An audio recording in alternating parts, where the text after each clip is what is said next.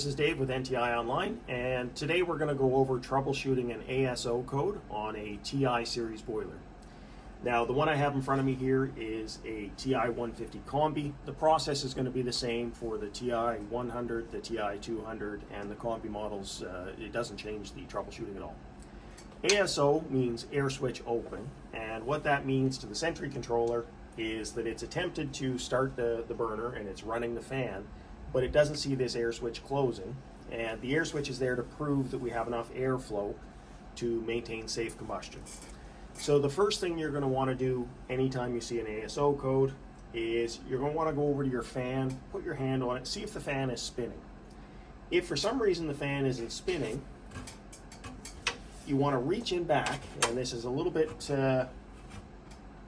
difficult to get to, but reach in the back here, and you can disconnect this low voltage harness. So the low voltage harness has a green, a black, and a red. Some of the older ones might be slightly different colors, but it's a 5-pin plug with 3 wires in all cases. If your fan doesn't immediately jump to high speed, that means that either your fan has no power or the fan is dead.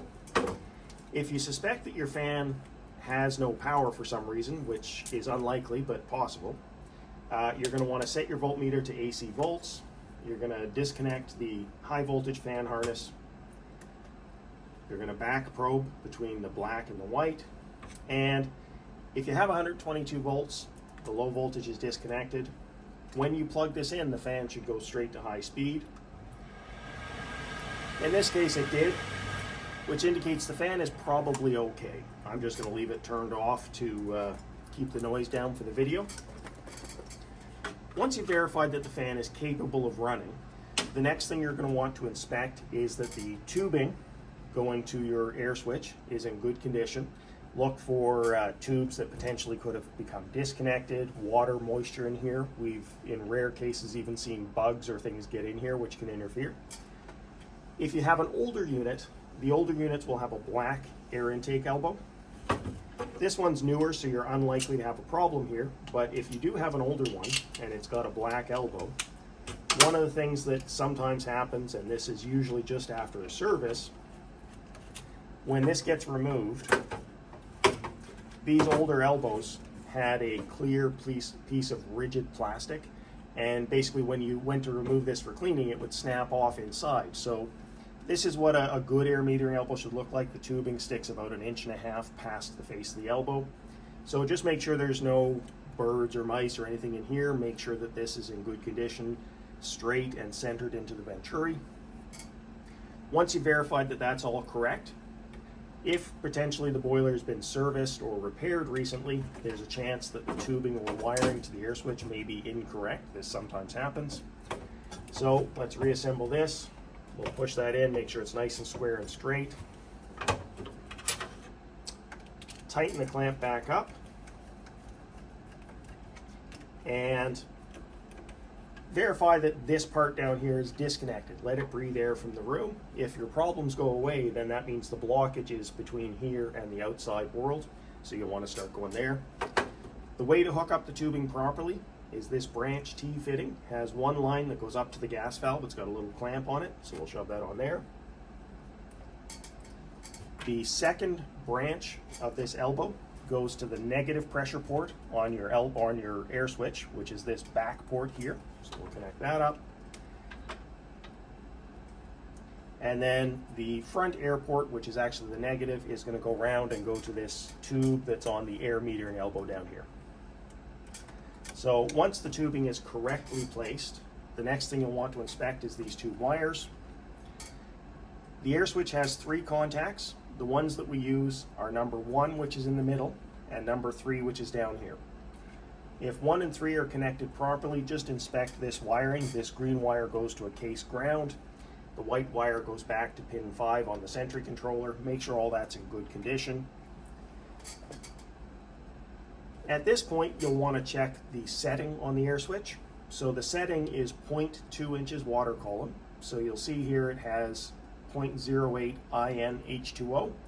This little arrow should point roughly to the number 2 in the H2O, and that sets the switch correctly. So if that's been adjusted, The way you set it back is you would take a flat bladed screwdriver, stick it in the slot here, and you can adjust this to get it in the correct range.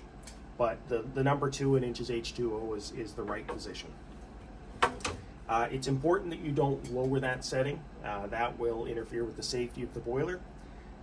If you set it a little bit higher, it shouldn't cause any safety concerns, but it may mean that the boiler will go to an ASO code even though nothing's wrong. So be careful that it's on the right setting.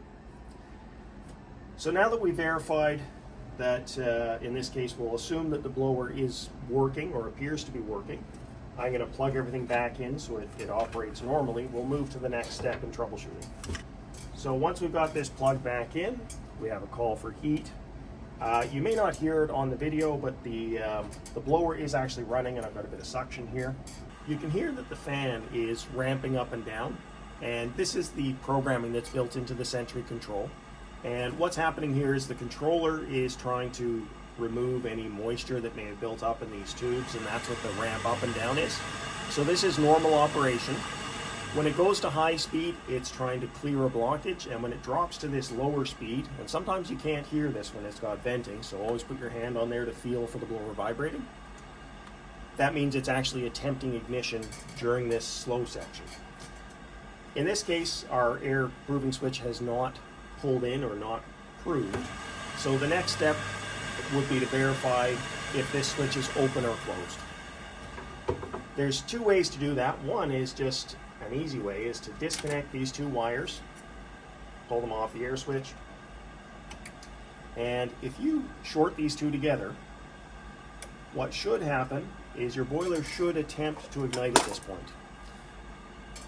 If it does try and ignite, or if it goes to an ASE code, that means that in this case the Sentry control is working. It knows the difference between open and closed. And I think at that point you could safely assume that the air switch is held closed, probably because it's damaged or broken in some way. If these get bumped harshly, sometimes they can break. As a rule, the air switch is very rarely the problem, so it's certainly not the first place you should go. But once we've established that the Sentry control knows the difference between an open and a closed circuit, that means the Sentry is working. So the problem is either not enough airflow coming through here due to a blockage, so make sure you're diagnosing that correctly, or the air switch just isn't working as it should. Again, make sure you're on contacts 1 and 3. Now that we've covered an ASO code, we're going to go over an ASC code in the next video. Thanks for watching the video today. If you'd like to check out more videos, see the link below. Don't forget to like, share, and subscribe to our channel for all the future updates. And also check us out on Facebook, LinkedIn, and Instagram.